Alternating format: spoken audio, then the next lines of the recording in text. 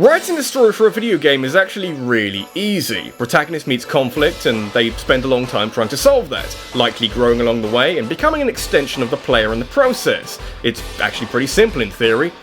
Putting it into practice without running into archetypes, cliches, character inconsistencies, plot holes, it's not so simple.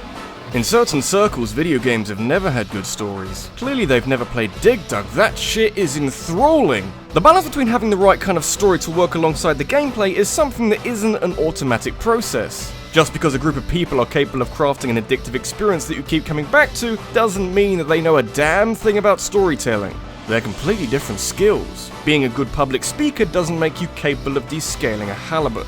However, the nature of how we experience video games tends to lean more heavily on the gameplay side of things, so in most cases we can appreciate a fun game that might not have the greatest tale behind it. It's when the shortcomings of the plot become a little too obvious that it starts to have a bigger impact on any enjoyment you might be having. I know you shouldn't care too much, but it's hard sometimes. Should try and be more apathetic, that's the only way of getting by in the modern age.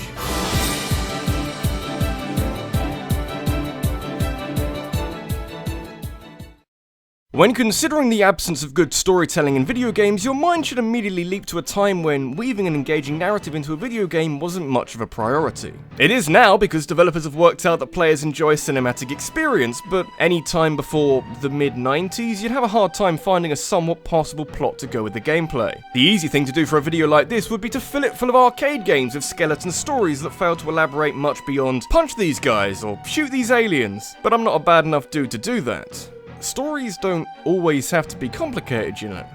I often hear that Mario games have bad stories, but they don't really. Just because you've got a simplistic goal doesn't mean that going through the quest and achieving that goal should be devalued, until you start repeating it a few times, without ever changing it up. That might be a problem.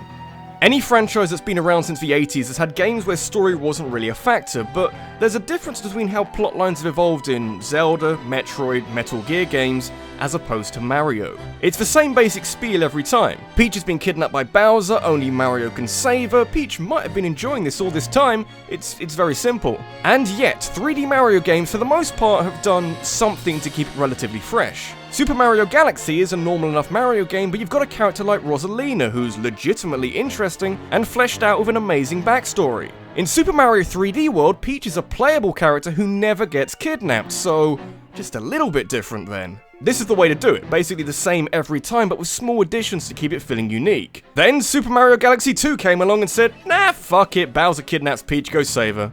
Rosalina is nowhere to be seen, being replaced by this thing, and in general, it reeks of an afterthought. The sequel is effectively the spillover of ideas had during the first game, and obviously the story wouldn't have been the focus, but it feels like they got within a month of the game's release, realized they never gave it a plot, and threw it together in a short space of time. How bad it is depends on how important plot is to you when looking at a Mario game. But when you see Sunshine putting Mario in prison, or Galaxy plucking Peach's castle out of the ground using spaceships, you start to feel how low effort Galaxy 2's story is. Maybe Mario Odyssey will be a bit better. I mean, you're kind of something like New Donk City without context. Not sure context will help there.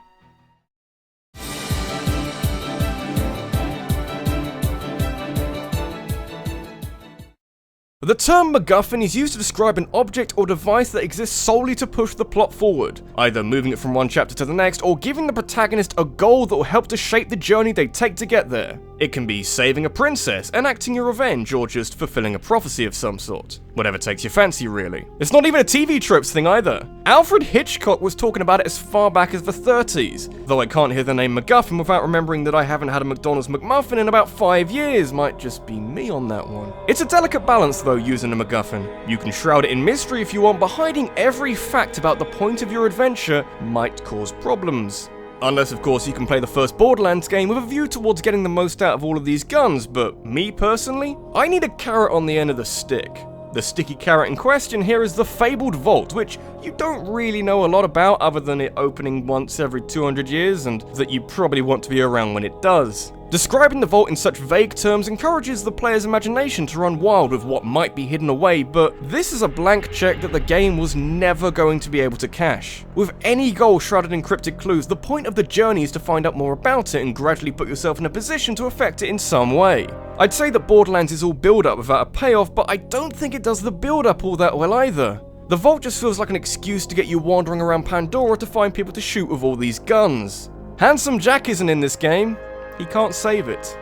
What is the best thing that could be in that vault? Maybe like money or treasure, but you're playing the kind of game where that shit is everywhere. It's probably what motivated you to play Borderlands in the first place, which means that the vault has to be pretty special. I don't want to spoil it, but it isn't.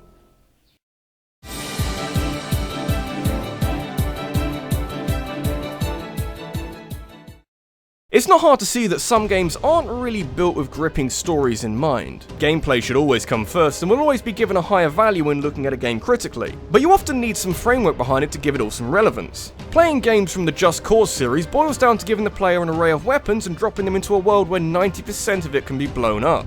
If you're looking at one of these games on a shelf or in an online store thinking, man, I'd really like to play this to see how the story progresses, I'll ask the kind men in white coats to take you away. So story isn't important in Just Cause 3, but you still need some perspective, otherwise all of this mindless destruction is exactly that, mindless. The third game in the trilogy sees Rico Rodriguez return to his home Medici, which has been taken over by another dictator, and only Rico can liberate this troubled land by blowing it up.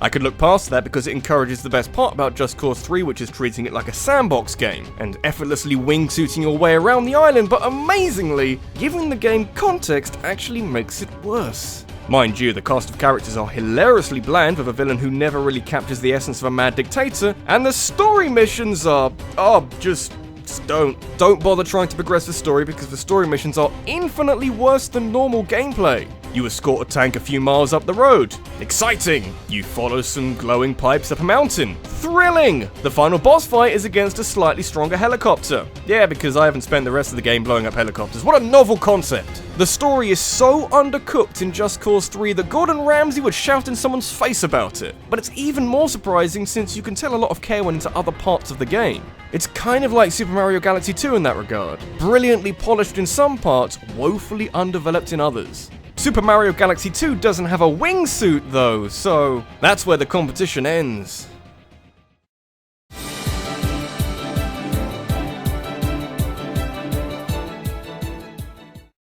Certain genres struggle to keep a good pacing to their story. Platformers like to keep it simple. Fighting games have a completely different problem, but making your world larger doesn't mean that your story is going to be equally grand. It's the same basic story, just spread a little thinner. I could count on one hand how many open world games I've played that have matched the massive size with a competent story. Red Dead Redemption, maybe GTA 5, maybe also Far Cry 3? I might be forgetting a few. I haven't got too far with Breath of the Wild or Horizon Zero Dawn yet. Having such a huge overworld means that the game has to encourage you to explore every corner, and so important story missions are frequently located in the farthest reaches, so you basically don't have a choice. Linearity might cause problems with gameplay, but it helps out a ton with the measured pace of the plot. Of course there's a balance, but there's also a worst case scenario where you venture around without giving a flying fuck about context. Xenoblade Chronicles X has many qualities. Story pacing is not one of them. And it's a really interesting setup too. Exploring a strange new planet comes naturally to the kind of player who will get the most out of open world games. And the knowledge you can gain from doing this is pretty handy for the people of New LA who are trying to survive here. But the execution is so disjointed. Xenoblade Chronicles manages to combine awful pacing and one-dimensional characters, including a villain who only really shows up at the end of the game, with a surprising disconnect between gameplay and story beats. Any attempt to string chapters together to keep the story going with some kind of consistency is shot down in flames by special requirements being necessary in order to continue. And it's hard to have appreciation of how vastly detailed this new world is when exploring it is mandatory in order to continue. I don't want to compare it too much to Xenoblade Chronicles, but in that game, you had a lovable cast of characters and a selection of villains who all had hardened motives and backstories. The sequel, or spiritual successor if you like, has multi-layered gameplay with a massive world to explore, but characters who never get far off the ground and a villain motivated by a vague prophecy. And also, without spoiling too much of the game, it ends on an unresolved cliffhanger. I'd probably be angry if I cared.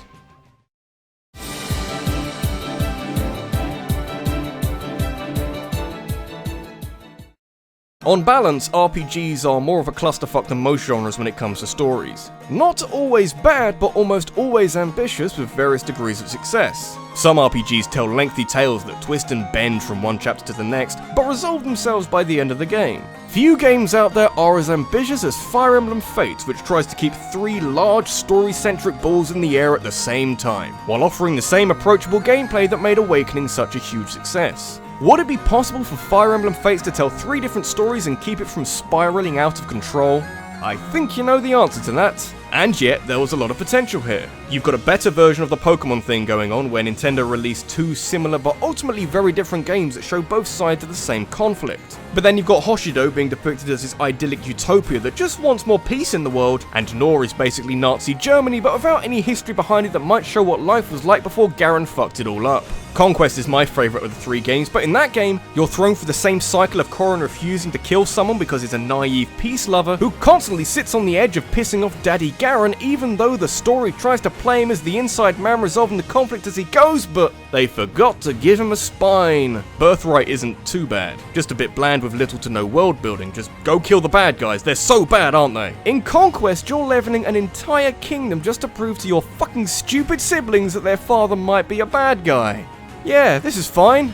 How long has this room been on fire for? Oh, but we haven't got to Revelations yet. Keeping with the Pokemon comparison, this is the Emerald, the Crystal, the 3rd game that combines the other 2 into the quintessential experience. And it would be, if it didn't throw all the moral choice and conflicts of interest out the window and pin all the world's problems on one villain hidden away in some invisible kingdom. You could call it closure since it brings together almost all of the characters from Birthright and Conquest, but what you get instead is a game that completely diffuses any tension or problems that the characters may have had with each other.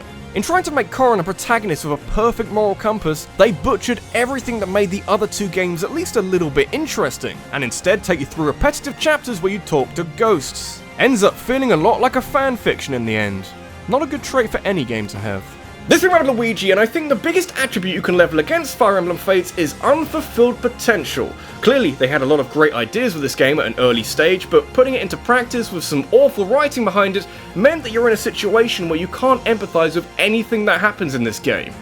Does that make Fates a bad game? No, not really, just don't think about it too much.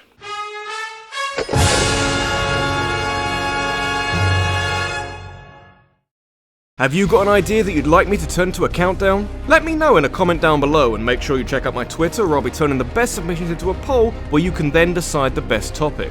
Thanks for watching, and I'll see you in the next one.